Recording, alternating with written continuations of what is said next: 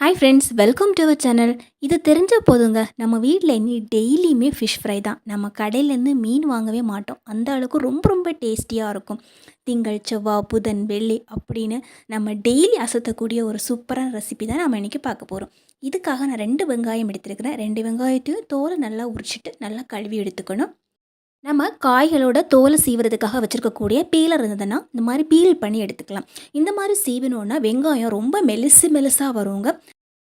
இந்த மாதிரி பீல் பண்ணுறதுக்கு பீலர் இல்லைனாலும் பரவாயில்லங்க. கத்தி வச்சு மெலிசாக நம்ம நீல வாக்கில் கட் பண்ணி எடுத்தால் போதும். அதுவுமே நல்லா தான் இருக்குங்க. நான் இன்றைக்கி பீலர் இருந்ததால் இந்த மாதிரி பீல் பண்ணி எடுத்துக்கிட்டேன். 2 வெங்காயத்தையும் நாம் இந்த மாதிரி நல்லா சீவி எடுத்துக்கலாம். இந்த அளவுக்கு நமக்கு கிடச்சிருக்குது பாருங்கள். நான் வந்து சீவி வச்சுருக்கிறத உங்களுக்கு காமிக்கிறேன். எந்த அளவுக்கு மெலிசாக இருக்குது பாருங்கள். இப்போது 2 வெங்காயத்தையும் நாம் கட் பண்ணி வச்சுட்டோங்க. பீலர் இல்லைன்னா கத்தியில் கட் பண்ணி எடுத்துக்கலாம். இப்போ நம்ம ஒரு பவுல் எடுத்துக்கலாம். நம்ம கட் பண்ணி வச்சுருக்கக்கூடிய வெங்காயத்தை இதில் போட்டுக்கலாங்க. 2 வெங்காயம் போட்டோன்னா நமக்கு கரெக்டாக இருக்கும். டேஸ்ட்டும் ரொம்ப ரொம்ப அருமையாக இருக்குங்க. மீன் சாப்பிடாதவங்க கூட டெய்லி இந்த மாதிரி செஞ்சு கொடுத்தோன்னா ரசித்து சாப்பிடுவாங்க. அடுத்ததான் நமக்கு தேவைப்படக்கூடியது உருளைக்கிழங்கு தான். உருளைக்கிழங்கு நல்லா வேக வச்சு எடுத்துக்கலாம். நல்லா உப்பு போட்டு குக்கரில் போட்டு 2 விசில் போட்டு எடுத்து வச்சுருக்கிறேன். உருளைக்கிழங்கு நல்லா வந்ததுக்கப்புறமா அதோட தோலை மட்டும் இந்த மாதிரி உரிச்சோன்னா சூப்பராக நமக்கு ரிமூவ் ஆகி கிடச்சிடும். இப்போ உருளைக்கிழங்கோட தோலையும் உரிச்சு எடுத்து வச்சுருக்குறோம். ஏற்கனவே நம்ம பவுலில் வெங்காயத்தை போட்டு வச்சுருந்தோம். கையிலேயே இந்த மாதிரி நசுக்கி நம்ம உருளைக்கிழங்க போட்டுக்கலாங்க. ரொம்ப நசுக்கணும்னு அவசியம் கிடையாது. இந்த மாதிரி கையிலேயே ஒரு தடவை பசைஞ்சு விட்டால் போதும். நல்லா மாவு மாதிரி நசுக்க வேண்டாம். இப்போது 2 உருளைக்கிழங்கும் நசுக்கி போட்டாச்சு. இப்போ நம்ம அடுத்ததாக சேர்த்துக்கக்கூடிய முக்கியமான பொருள் அரிசி மாவு தான். அரிசி மாவில் 1/2 கப் அளவுக்கு சேர்த்துக்கலாம். டேஸ்ட்டும் ரொம்ப நல்லாயிருக்கும். அதுக்காக தான் நாம் இந்த அரிசி மாவை சேர்த்துக்கிறோம். இப்போது 2 டீஸ்பூனுக்கு கடலை மாவு சேர்த்துக்கலாம். இந்த கடலை மாவும் டேஸ்ட்டு நல்லா இன்க்ரீஸ் பண்ணி கொடுக்கும். இப்போ இதுக்கு தேவையான அளவுக்கு உப்பு சேர்த்துக்கலாம். 1/2 டீஸ்பூனுக்கு உப்பு சேர்த்துக்கிட்டேங்க. இப்போது 1/4 டீஸ்பூனுக்கு மிளகுத்தூள் சேர்த்துக்கலாங்க. எப்போவுமே நம்ம மீன் ஃப்ரை பண்ணும்போது கொஞ்சமாக சோம்பு சேர்த்துக்கிறது ரொம்பவே நல்லது. அதே மாதிரி நாம் இதுலேயும் சோம்பு சேர்த்துக்கணும். ஒரு 1/4 டீஸ்பூனுக்கு சோம்பு எடுத்து கையிலேயே இந்த மாதிரி நல்லா நசுக்கி போட்டுக்கலாங்க. இப்போது மீன் மசாலா 1 டீஸ்பூனுக்கு சேர்த்துக்கலாம். சப்போஸ் உங்ககிட்ட மீன் மசாலா இல்லை அப்படின்னா கரம் மசாலா 1 டீஸ்பூனுக்கு சேர்த்துக்கலாங்க.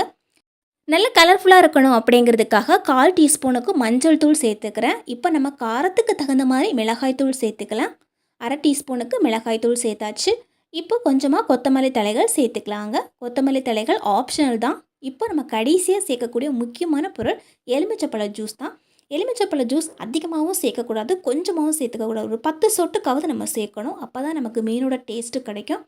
இப்போ நம்ம எல்லாத்தையும் கை வச்சு ஒரு தடவை நல்லா பசைஞ்சு விட்டுக்கலாம். நம்ம சேர்த்துருக்கக்கூடிய மசாலா, உப்பு எல்லாம் நல்லா மிக்ஸ் ஆகணும்.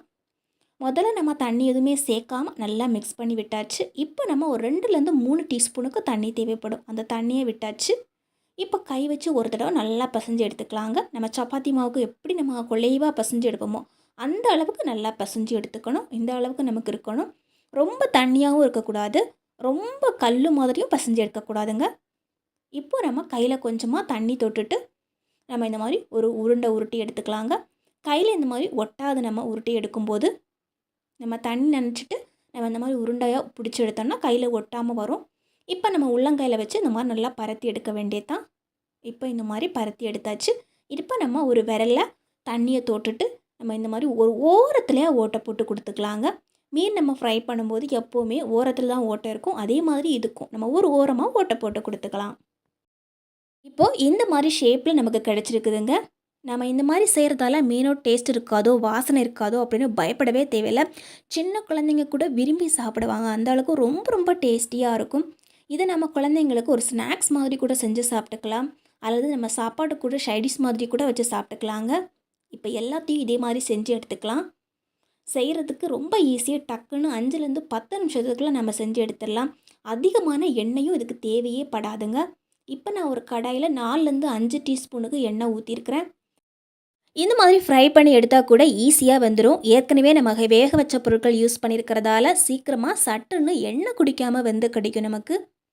அதே மாதிரி நம்ம போட்ட பொருட்களோட வாசனையும் நல்லாயிருக்கும். இந்த மாதிரி நம்ம செஞ்சிட்ருக்கும்போதே வீடு ஃபுல்லாகவே ஒரு மீனோட வாசனை தாங்க வரும். நாம் இதை விரத நாட்கள், பண்டிகை நாட்கள் அப்படிங்கிற பாகுபாடே இல்லாமல் எப்போ வேணாலும் செஞ்சு சாப்பிட்டுக்கலாம். இது பார்த்திங்கன்னா ஒரு வெஜிடேரியன் ஃபிஷ் ஃப்ரை மாதிரியே இருக்கும். ரொம்ப டேஸ்டியாக இருக்கும் சாப்பிட்றதுக்கு. இது சட்டுன்னு 5 நிமிஷத்துலேருந்து 10 நிமிஷத்துக்குள்ளே நமக்கு வெந்து கிடச்சிடுங்க. நல்லா ஒரு முறை வெந்ததுக்கு அப்புறமா இந்த மாதிரி திருப்பி போட்டு எடுத்தால் போதும். இப்போ நல்லாவே வெந்துடுச்சு. நம்ம வந்து எடுத்து இன்னொரு பாத்திரத்தில் வச்சுட்டு மிச்சம் இருக்கிறதே நம்ம இந்த மாதிரி எடுத்து போட்டுடலாங்க. அதுவும் நமக்கு டக்குன்னு வெந்து கிடச்சிடும். இப்போ பாருங்கள் நல்லா ஃப்ரை ஆகிடுச்சு. பார்க்குறதுக்கே அப்படி வந்து ஃபிஷ் ஃப்ரை பண்ண மாதிரியே இருக்கும். நான் வந்து இன்றைக்கி கீரை குழம்பு வச்சுருந்தேன். அது கூடவே கொஞ்சமாக பீட்ரூட் பொரியல் வச்சுருந்தேன்.